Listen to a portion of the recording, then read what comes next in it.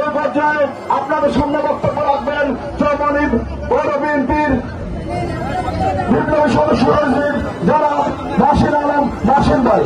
স্বাধীন সার্বভৌম বাংলাদেশ যেন থাকে। আমিনুল হক সাহেব বললেন একটি বারও উনি শেখ হাসিনার নাম উচ্চারণ করেন নাই, ওদের ইচ্ছা ছিল না, ওরা উনি দেশের কথা ভেবেছে। এই মৃত্যুর শয্যার মধ্যে থেকেও উনি দেশের জন্য ভাবেন। শেখ হাসিনা তাকে স্লো পয়জনিং করেছেন। এর প্রমাণ হলো ইয়াসির আরাফাতকে ইহুদিরা একটা ইহুদি মেয়ে তার সাথে বিয়ে দেওয়া হয়েছিল, সেখানে তাকে স্লো পয়জনিং করা হয়েছিল। পরে উনি আস্তে আস্তে মৃত্যুর মুখে পতিত হলেন।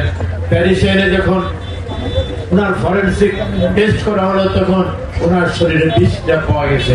আজকে বেগম খালেদা জিয়া শেখ হাসিনা এই স্লো পয়জনিং করেছেন, ওনাকে মৃত্যুর মুখে ঠেলে দিয়েছেন। তারপরও বেগম খালেদা نجعلك في نحورهم ونعوذ بك من شرورهم.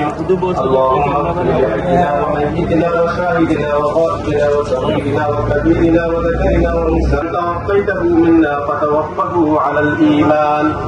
اللهم إني أسألك إيمانا كاملا ويقينا صادقا ونية خالصة وعزيمة راشدا، ونسألك يا ربنا قلبا خاشعا ولسانا ذاكرا وعملا متقبلا وحياة طيبة وتوبة قبل الموت وراحة عند الموت ونجاة بعد الموت. رب العالمين আমরা এখানে আপনার বান্দাগণ উপস্থিত হয়েছি, সূরা ফাতিহা সূরা ইখলাস তেলাওয়াত করছি, দুরূদ শরীফ পড়ছি। এর সওয়াব লক্ষ কোটি গুণ বৃদ্ধি করে আকায়ে নামদার তাজেদার মদিনা সরদার দো জাহান হায়াতুন নবী হযরত মুহাম্মদ মুস্তাফা সাল্লাল্লাহু আলাইহি ওয়াসাল্লাম রওজা মোবারক পৌঁছায় দেন। যতজন দুনিয়া থেকে বিদায় নিয়েছেন প্রত্যেকের রূহ তার হাদিয়াটুকু পৌঁছায় দেন।